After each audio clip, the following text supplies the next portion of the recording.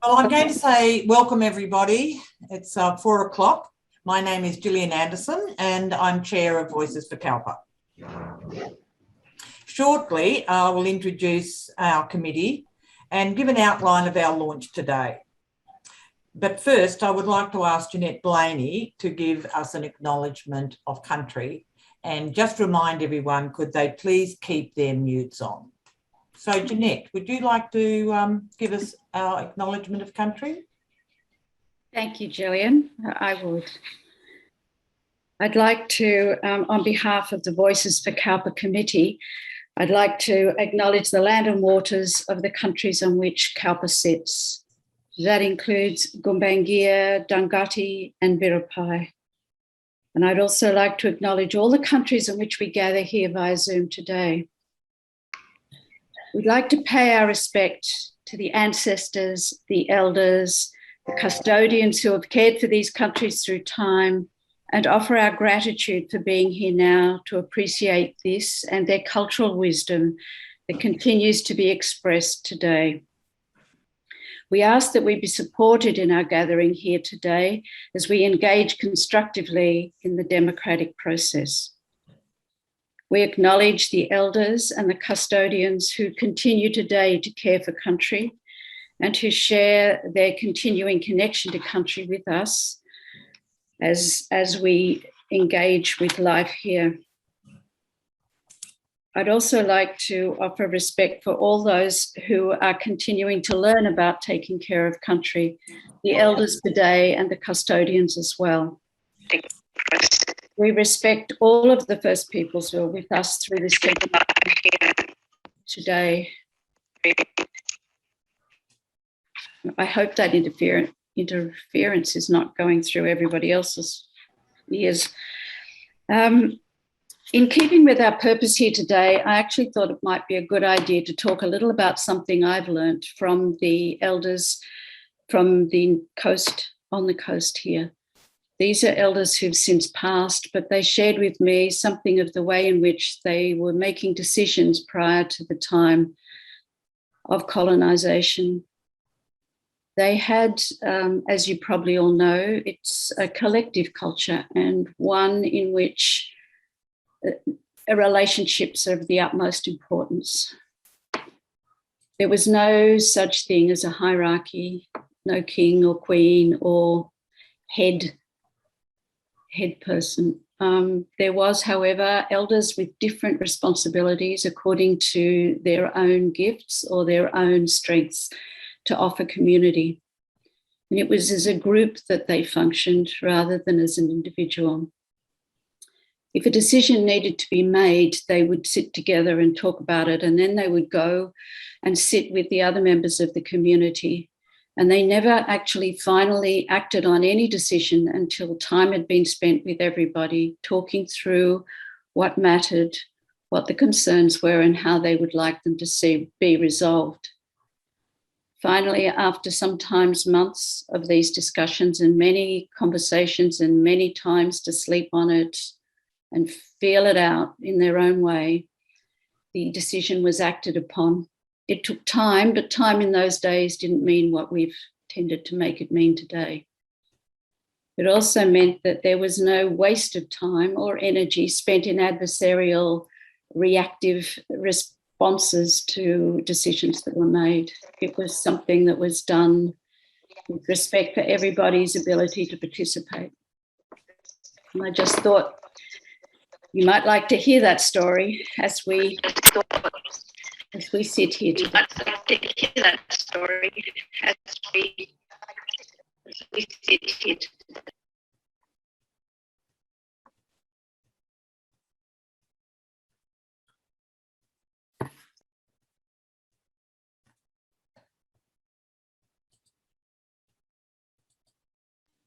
Thank you, Gillian, very much for that opportunity. Very much for that opportunity.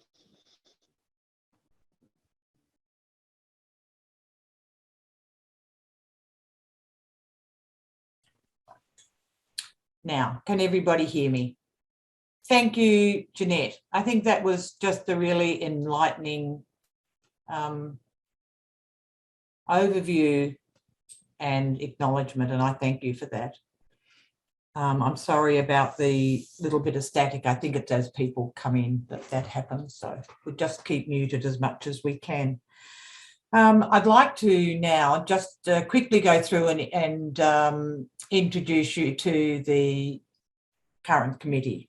We have James Thompson, who is formerly Coffs Harbour, has recently moved to Cootamundra for family reasons. Bev Sidthorpe from Port Macquarie, Jeanette Blaney from Valor, Marie Van Ged from Port Macquarie, Kim Gould from Valor, Jeff Tozio from Dorrigo, Ashley Goodwill from Urunga, Sally Penifex from Bundagen, Trevor Harrigan from Boambi, and Libby Knight from Bellingen. There have been many others who have contributed to this journey, and I thank you all for your help and encouragement along the way.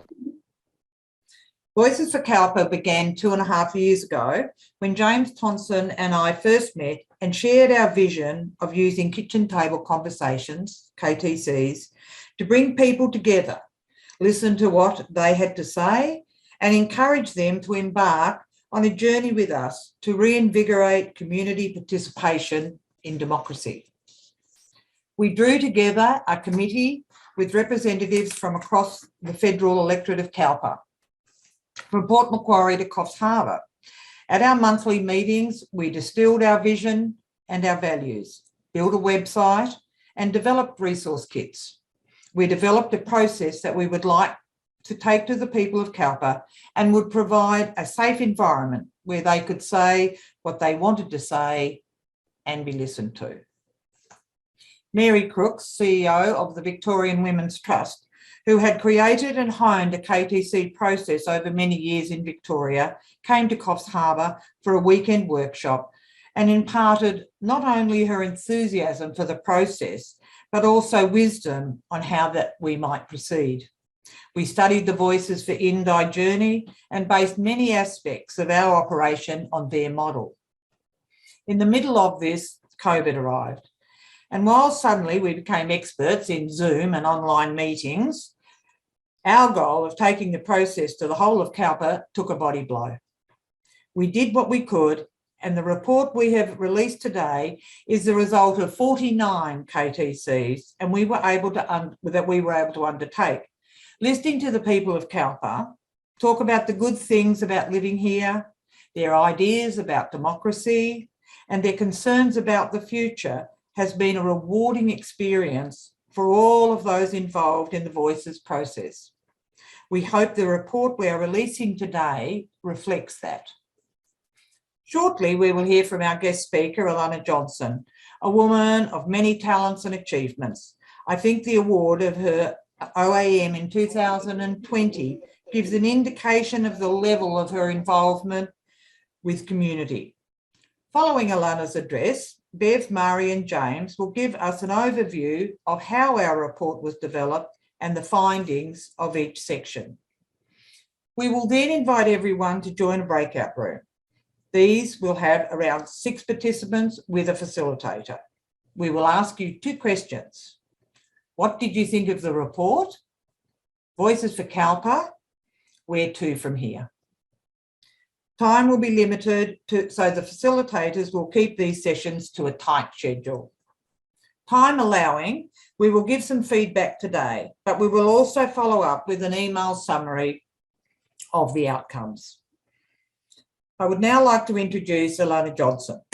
Alana is an activist, community engagement specialist, and a founding member and former president of the Voices4Indi. She is well known in her work in rural communities and for supporting women in agriculture and leadership development. She's a former president of the Foundation of Australian Agricultural Women and a graduate of the Australian Institute of Company Directors. Alana comes from a 5th generation of farming family, breeding cattle and growing trees near Benalla in northern Victoria. She believes families, communities and the nation benefit when people choose to act for the common good and actively participate in politics and government. Alana Johnson. Thank you so much for that very warm welcome, Gillian. So yes, as Gillian said, I'm coming to you from northeast Victoria near Benalla, which is Tangarong country, beautiful country. And sitting behind me is the orange cockatoo of independent Indi. So we're about to launch into our 4th campaign next year to keep Indi independent. And I'll talk a bit more about that later. I've very much enjoyed watching the development of Voices for Cowper and my discussions with Gillian. Sorry about the cockatoos you can hear outside. Gillian and the team, like my hearty congratulations and appreciation for what you've done and how you've conducted this whole process. Voices for Indi is in the painful and difficult process of writing a book.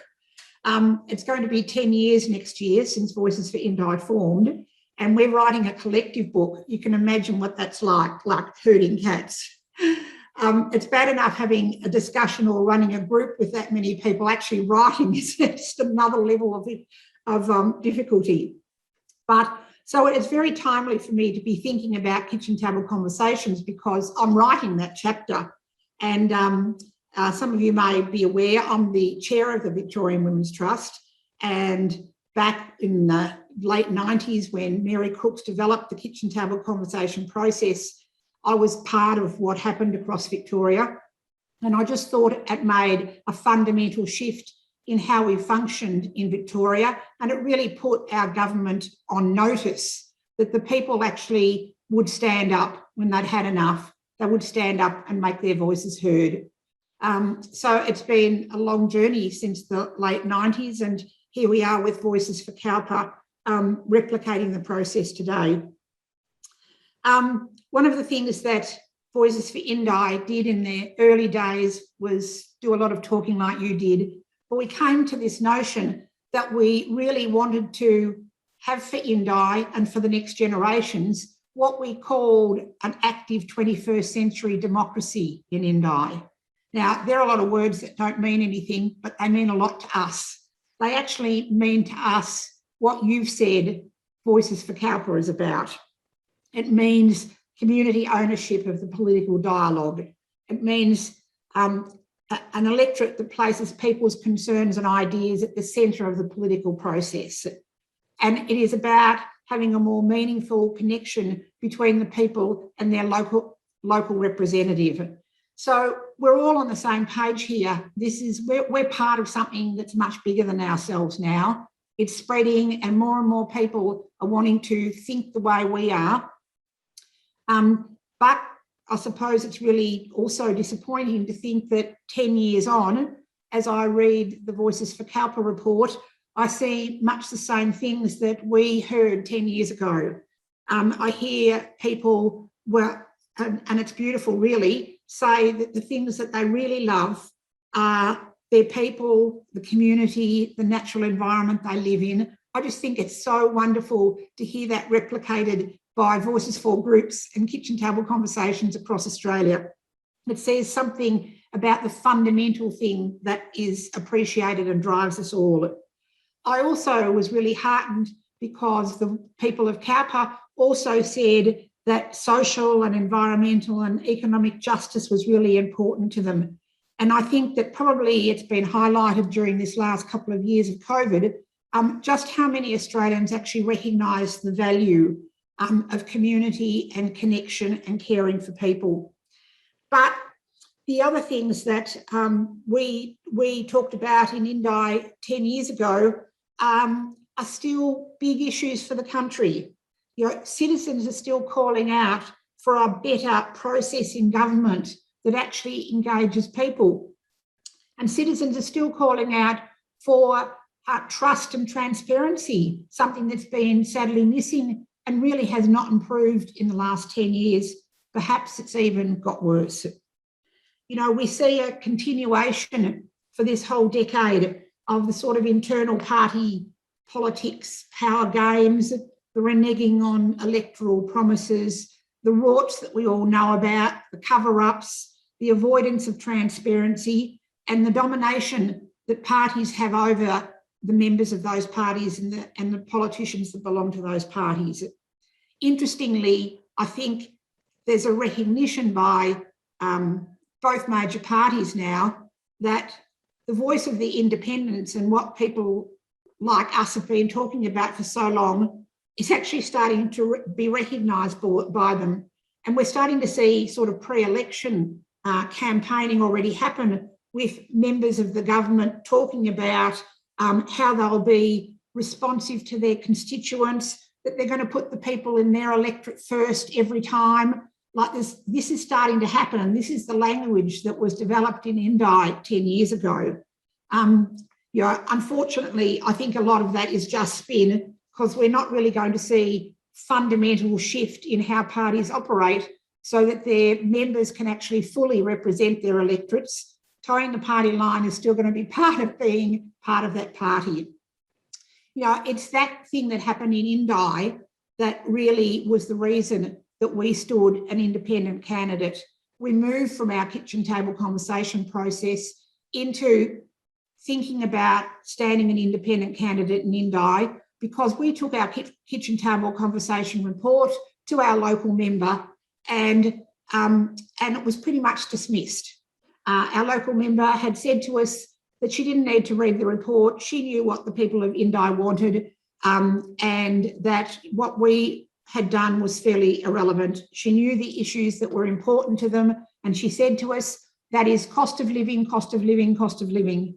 And the cost of living actually never raised its head in any of the kitchen table conversations that we had. And all of those things that I've just mentioned before were the paramount things that were important to people in Indi, but that our local member actually just didn't hear.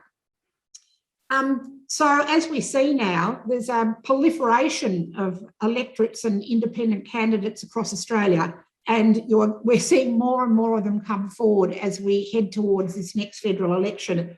From my latest information, there's about 13 different groups in different electorates that have either announced or are going to announce an independent candidate. And we can all see why they're doing that. People are seeing getting independents into Parliament as a way of making or shifting the dial fundamentally on those issues that just have not been acted on, particularly around climate action and the Integrity Commission. But as you in Indi know, and you in Cowper know, and we in Indi know, that standing an independent candidate to be elected to Parliament and having them elected is really only part of the job.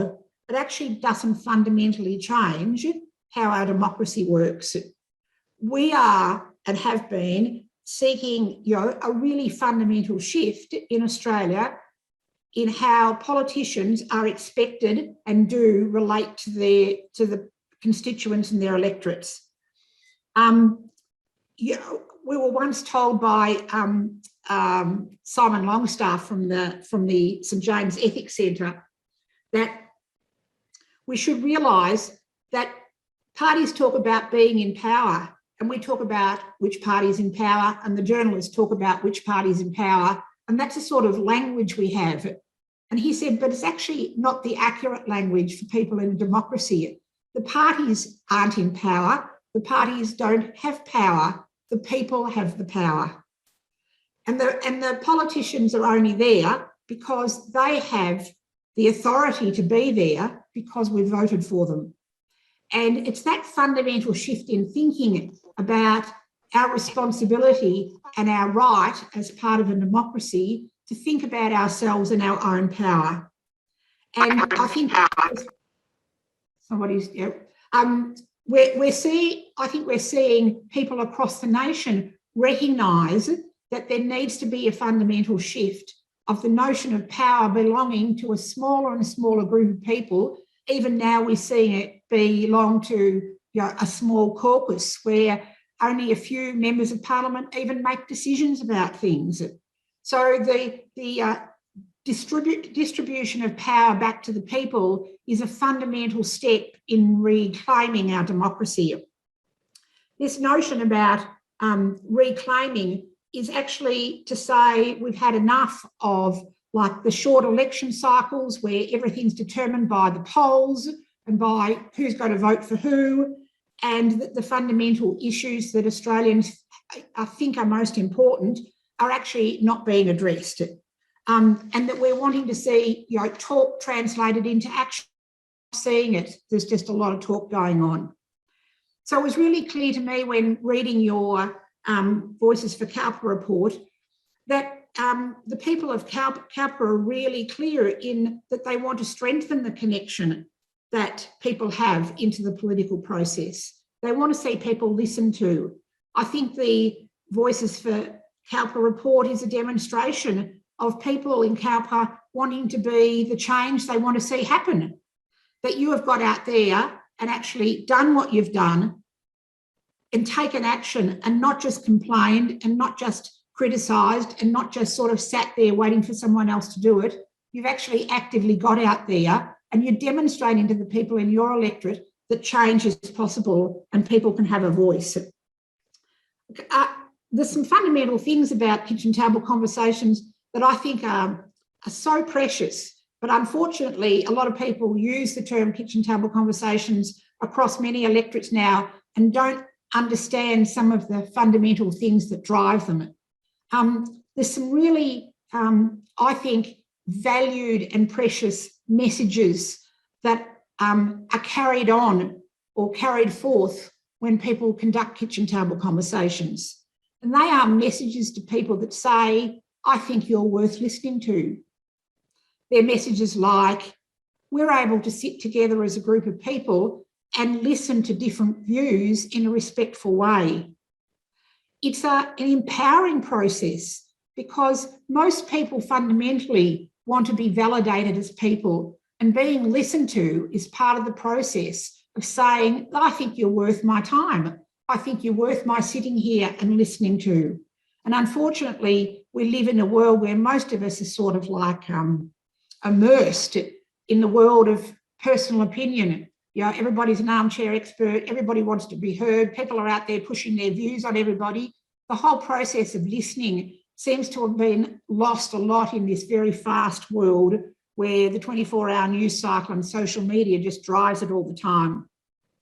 I take great notice of the notion that our First Nations people have of deep listening. And I've been privileged to be at a number of events where First Nations people are talking about serious issues for themselves and our nation.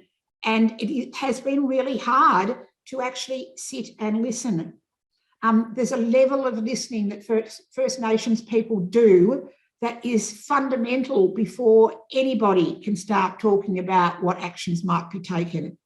And to take time and to give people the acknowledgement of being listened to is just a fundamental process of how First Nations people actually come together as communities and make decisions. And I think sometimes we've lost that and we need to refine that. We're so keen on seeing outcomes that we rush towards whatever we think the outcome is, and we forget to actually listen to people and find a way to bring everybody together forward. So, you know, on the whole, I think our politicians have been caught up in that too. The whole notion of listening seems to have been lost. There's not that many politicians that actually do truly listen to the people in their electorates. Most of us live in this, you know, fast-paced world where listening is outsourced. It's outsourced to pollsters who, you know, put up their results every week and the government responds to it. Who's leading the polls? They outsource listening to consultants. And you've probably, like me, been to many events where we could not, you know, as good citizens, we go forth and we participate in consultations and we sit in town halls or we go online and fill out surveys or we do whatever's asked of us. And then we actually never hear anything back. We're not even sure if we ever got listened to. The whole notion of like the two-way feedback and relationship building that really should happen between a politician and their constituents is sort of like lost because these consultancy reports get done and they're carried forth by government, and we sit there wondering, I wonder what was in them. So this notion of actually taking responsibility as an elected representative and listening to your people, I think it should be a demand that we make as we reclaim democracy, that our members of parliament take time to listen. So from what I see, the people of Cowper and Voices for Cowper now have like a charter of the people. They have the voice of the people captured. It is something that's so important and so valuable, and that whoever represents Cowper at any government level in your communities should be taking note of what's in that report. Voices for Cowper actually have a mandate now, because you're not speaking for yourself and your own opinion. You're speaking for the people who participated, and you're speaking in a way that a cross-section of people from Cowper are saying, this is what we want, this is what's important to us, this is what we think needs to change. So there's this notion that Cathy McGowan used to say all the time earlier on in Indi, as we did all of the talking and then had to move to action. And she used to say to us, if not me, who? And if not now, when? So we're all part of reclaiming this democracy of ours. You've taken that step, and I'm going to be really excited to see what the next step is as you all step forward into action for reclaiming democracy in Cowper. Thank you. Thank you so much, Alana. I find it inspiring to listen to Alana. She has such a breadth of knowledge and experience across this field. I'd just like to add there, because people might like to say, what have we done about, connecting with our federal member? And we have been to visit him, and we certainly have sent him an invitation for today, and we've dropped reports into both his offices, and we will contact him about meeting on a one-to-one basis to further extend the conversation with him. So I would now like to hand back to Jeanette. She will give an overview of the KTC process and then introduce Bev, Mari and James, who will present the report's findings. Well, good afternoon, and thank you, Gillian. I'd really like to begin by saying how pleased I am that we've actually completed this report at this stage, and voice my thanks for all those people who contributed their voices to the report.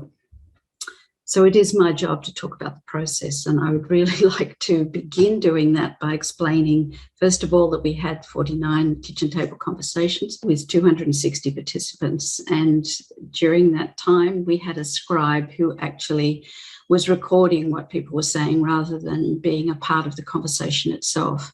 This allowed the scribe to focus on the language being used by the people rather than just making generalised notes. It's also important to say at this point that although these participants came from all over Cowper, it's actually been the ones who chose to participate in the conversations whose voices have been recorded, and you are able to read those in our report. So the process that we engaged with as we went through this, all the data, was that we had all the notes from every question available to the team that were then responsible for analysing the data. There were 6 questions, and they were in 3 categories. The first 2 were about living in Cowper. The second were about the political representation and what we felt and thought about that.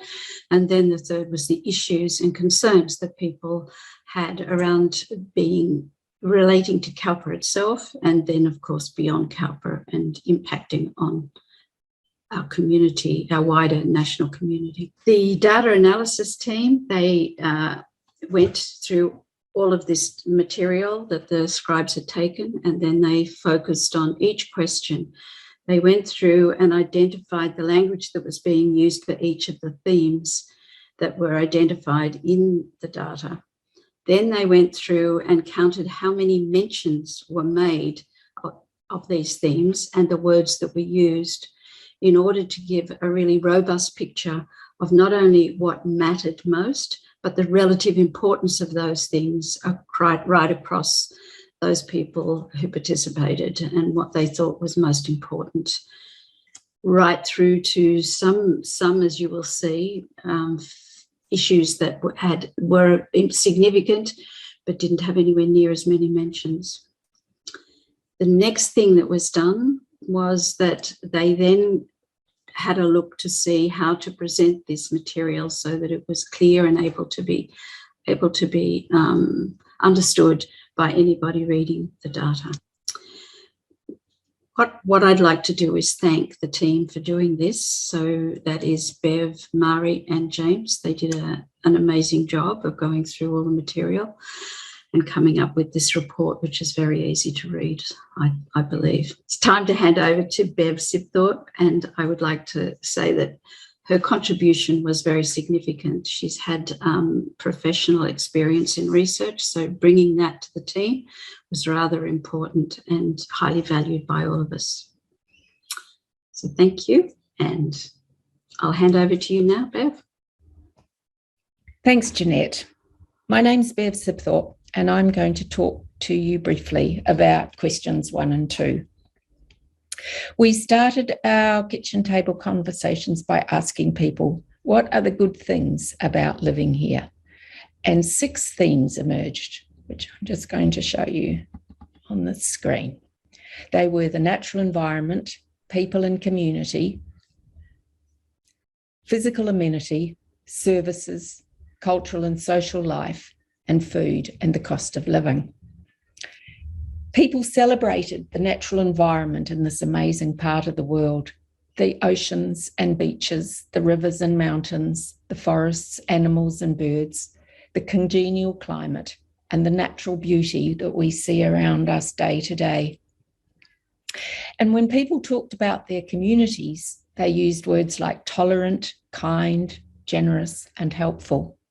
They talked about valuing our social and cultural diversity and feeling glad that we live in an area where the knowledge and culture of the local Indigenous people, the Gumbaynggirr, Dangari and Biripi, is visible and valued. Beyond these 2 main themes, people appreciate the space and freedom afforded by our small cities, towns, villages and countryside, clean air and water, being able to achieve work-life balance, the good services we have in health, education and transport, the rich cultural and social life, and having access to local produce. Big cities were often a reference point for the things that we cherish about not living in one of them. Moving now to question 2, we then asked, what is important to you in your community? And 14 themes were evident in the responses. And they're shown here on this graph. I'm only going to focus on a few of them. Again, the natural environment and community came out on top, but now their positions were reversed.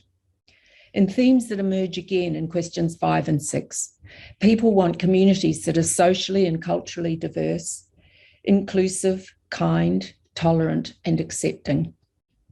They want to live in a just society and were concerned about the increasing poverty and inequality that we see around us.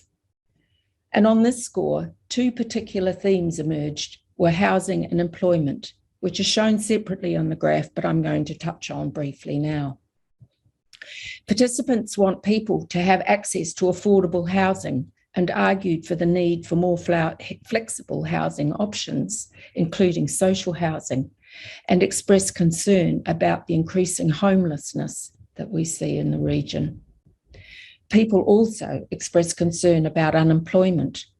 They want local jobs so that people can stay in their local communities. Turning back now to the second main theme, people express concern about the natural environment from the local region to the planet as a whole. They commented on its richness and diversity and talked passionately about the importance of its protection. Concern about logging across the region came up many times. It's a cause for alarm at many levels and people wanted it to stop. Lastly, I just want to draw your attention to two population groups that came in for particular mention: young people and Indigenous people. The subject of the health and well-being of young people was raised quite a few times. There was concern for their training and employment opportunities, for their access to housing and social activities, and for their mental health generally. People also talked about wanting to see more engagement and respect for local Indigenous people, including their environmental and social knowledge, and a commitment to address the issues of social disadvantage and injustice that they continue to endure. The remaining themes I'll leave to you to read about from the report. And I'll hand over now to Mari to tell you about questions 3 and 4. Thank you, Bev. My name is Mari Van Gend, and I'm from Port Macquarie, Biripi country. The two questions that I synthesised were the ones about political engagement. The first question asked about how we could improve the connection between our local member and the people of Cowper. And the second question was asking for practical suggestions of how we can improve political engagement in general. We found when we synthesized these questions that they blended.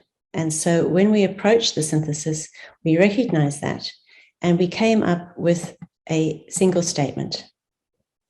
And the single statement was making democracy work better for our community. If you have a look at the graph, you'll see that the biggest focus in these conversations was strengthening connections, over 500 mentions.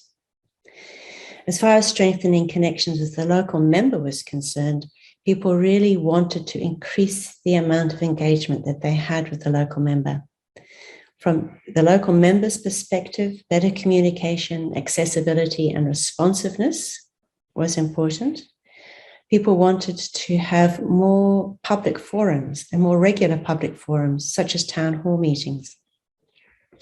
They also wanted to feel as if the local member was addressing community needs over the party line, and this was a very strong theme. As far as what we could do as groups and as a community, we could be part of organising the large community forums, but also online forums so that we can include the isolated communities. And people did feel that the small group gatherings, such as the kitchen table conversations, really encouraged engagement with the disengaged. People wanted to see the local member more, meet the local member in person, and also have a chance to meet alternative candidates in debating and discussion forums, and not just before an election. We discussed why community disengagement happened in politics. And people felt that there was a sense that the party system was not responsive to community concerns, and that needed to happen better. There was a sense that trust in politics had deteriorated and that we needed to enhance transparency and accountability. And the Federal ICAC Commission came through regularly in conversation, but also the influence of donors and lobbyists being better controlled. There was a feeling that the roles and responsibilities of the 3 tiers of government needed to be more clearly defined and communicated, and also the caliber and diversity of political candidates was something that we needed to address better. The role of the media in democracy seemed to be critical, and that requires diverse and independent media and a strong and independent ABC. People were really concerned about the loss of local papers because they were seen to be really important for communicating local issues. And there was also discussion about the problem with fake news and the incredible importance of rigorous factual reporting and holding politicians to account. As far as political representation was concerned, the fundamental role of the local member was felt to be to represent the community rather than just towing the party line. So you can see that this comes through often. diversity amongst candidates, and an Indigenous voice was spoken of. And then we discussed what we could do as individuals. And there's still a lot of support for grassroots activities such as lobbying, letter writing, protesting, rallying. People felt that those still were very, very important for the democratic process. But there was a sense that we should really try to focus on positive messaging, maintaining a courteous and collaborative relationship with the local member rather than the negative language that seems to be very, very common. So genuine inquiry, finding solutions, collaborating, and also supporting independent candidates when parties are not responsive to community concerns. So lots of really positive stuff. And I think that there's a lot of really good food for thought there. And I'll pass over to James now. Great. I'm James, and I'm going to be talking about the responses to the last two questions in our kitchen table conversations. These were, what are the big issues, both within and beyond Cowper, that should be addressed by our local member? And do you have anything more you'd like to say? As with the earlier section, there was a lot of overlap between these two questions, so we've grouped all the responses together in one section in our report. I'd also want to note that in question 5 asked people to describe the issues, but people generally responded with the solutions or their vision for what they'd like to see. So the language in the report reflects what people said. The three major themes in this area were around climate change, economic issues like inequality and jobs, and further comments on improving the political process. So I'll speak to those first and then cover a wide range of other issues that people raised more briefly.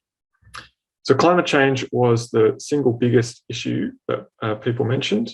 And for many people, nothing else matters if climate change is not addressed. There's strong support for transition toward renewable energy and electrification of cars and public transport, and also acknowledgement that there's a lot of help needed to support people transitioning out of carbon-intensive industries. So this all requires stronger leadership from our federal government, and people are really keen to see them take a science-based approach that follows the advice of the scientists and experts like we have with COVID. A range of other environmental issues were also raised. These kind of focused around land use and protecting biodiversity, habitats, and clean and vibrant waterways. So logging was a big concern, and national parks, particularly Great Koala National Park, are popular, as well as regulation of chemical fertilizers and pesticides. Food security is another part of this, protection of farmland, sustainable agriculture techniques such as regenerative agriculture and so on, and support for more recycling, better waste management, population planning, and reducing consumption, and so on. It's a pretty holistic approach to a whole range of environmental issues. In some ways, is best summed up by the strong support that came through for Aboriginal ways of caring for country, and our need to learn more from that and adopt it both privately and by government. So while climate change is the biggest environmental problem, it's certainly not the only one that people are raising. Economically, people really talk about inequality and jobs. They don't talk about economy. They're concerned about what's going on for their community. And equality or social justice was the most frequent economic theme. There's a real consciousness about intergenerational inequality and the difficulty for young people in buying a house. And also a need for better regional planning and regional development to overcome the city-country divide and inequality that people sense there.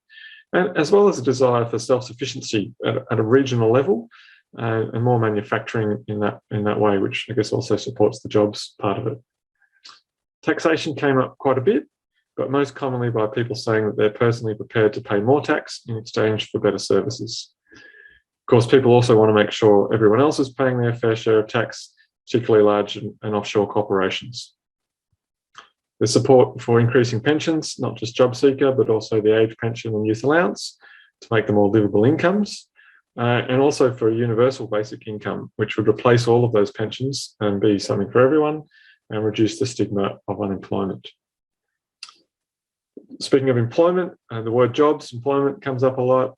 The lack of employment, particularly for young people, is a big concern. Need for more proactive measures in job creation. But also working poverty, so people who even do have a job, not getting a living wage, and insecurity and casual work, which is increasing, is really seen as a concern. So behind these two kind of headline issues, there's a call also for a new economic model. A lot of people are losing faith in neoliberal trickle-down capitalism, and they see this as the cause of the inequality and insecurity and wage stagnation.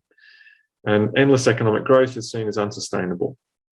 Privatisation, which is part of this, is seen as problematic, leading to increased healthcare costs, poor care for people, and poor regional services. Looking at the political process, again, Mari's addressed a lot of the specific issues which came up here around apathy and engagement, education, election reform, and so on. But there are particular issues around the culture of politics that came up in this section.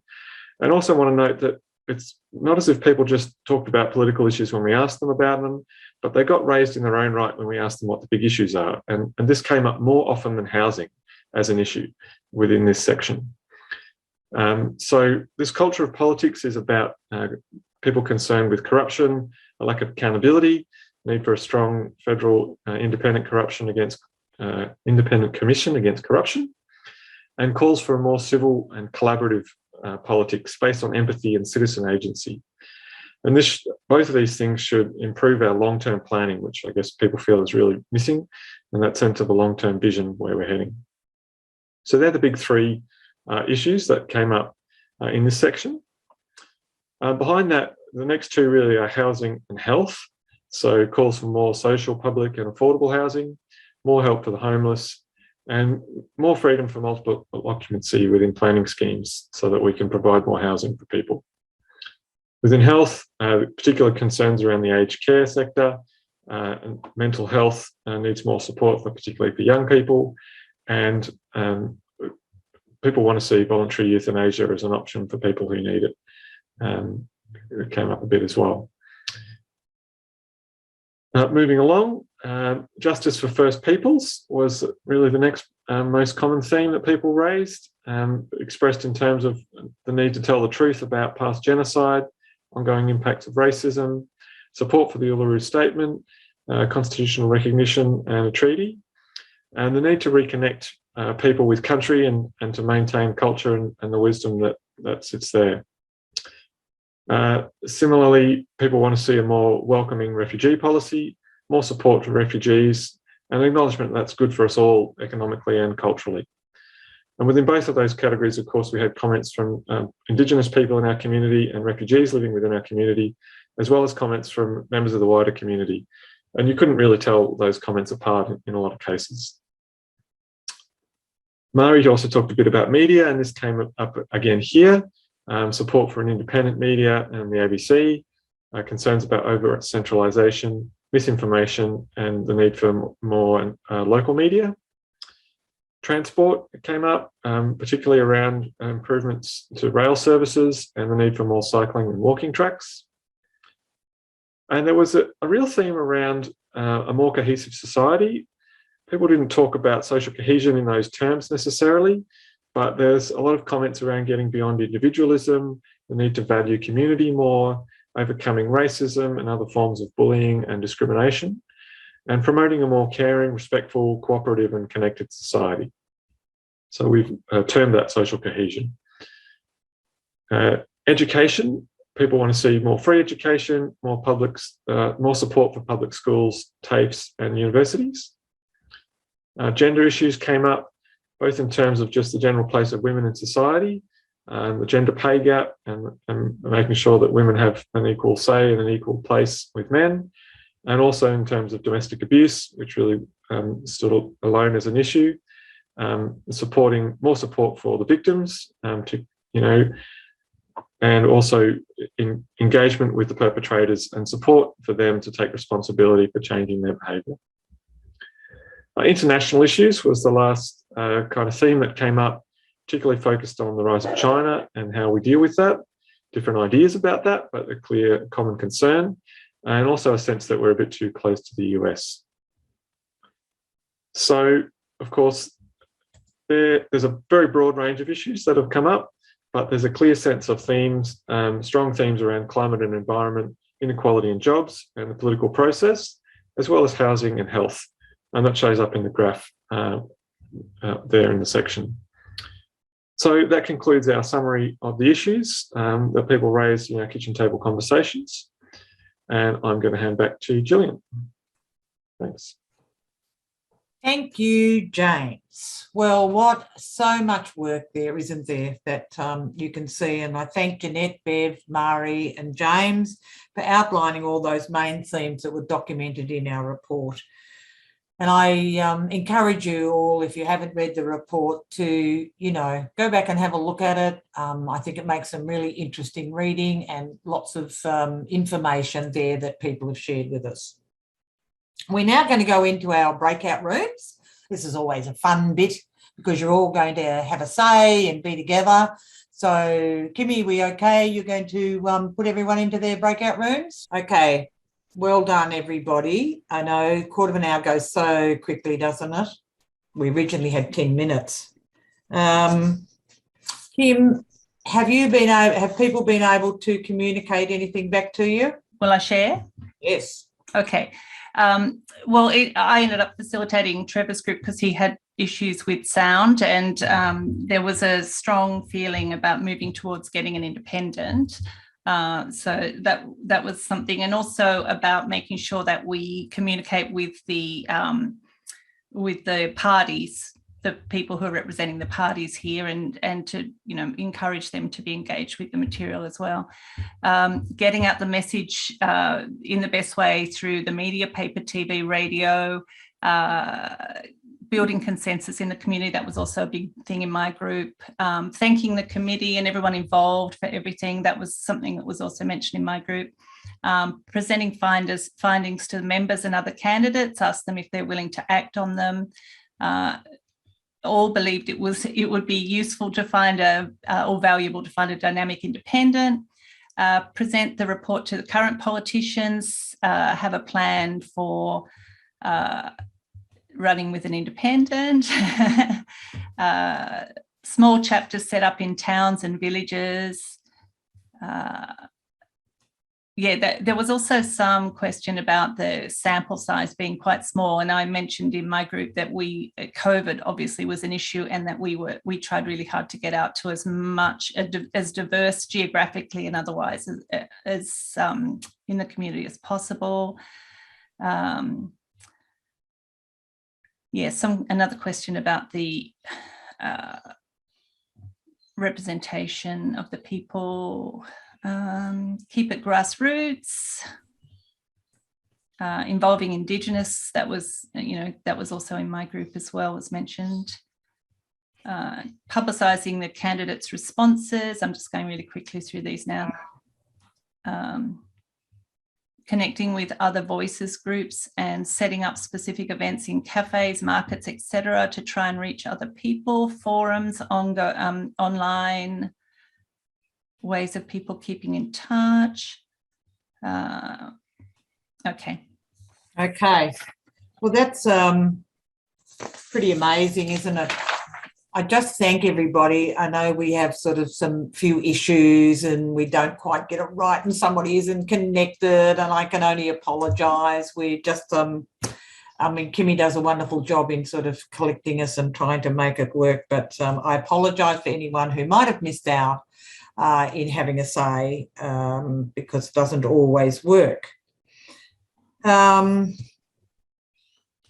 And I would like to thank all the facilitators who put their hand up, because we didn't have as many people log on as we did, but we needed to get 20 facilitators, which was pretty amazing, which we did. And I thank you all for putting your hand up and helping out.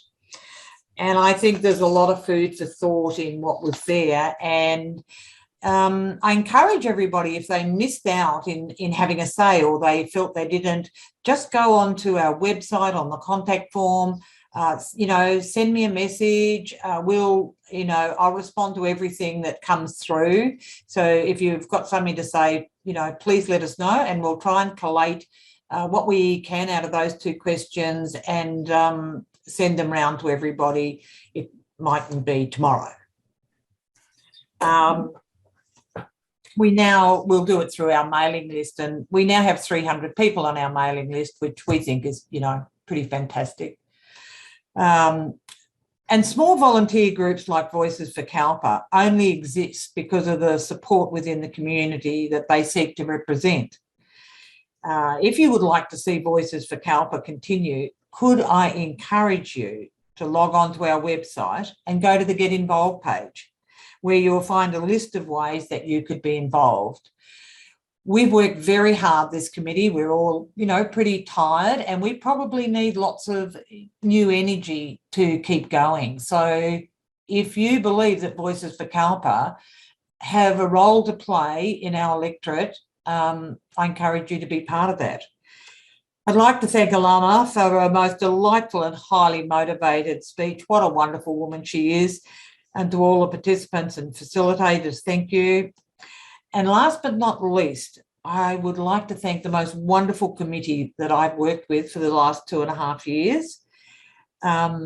They have made a dream that James and I had shared back in June come to fruition. But a dream is one thing, but the reality is that our democracy is a precious thing. It does not just happen while you get on with the rest of life.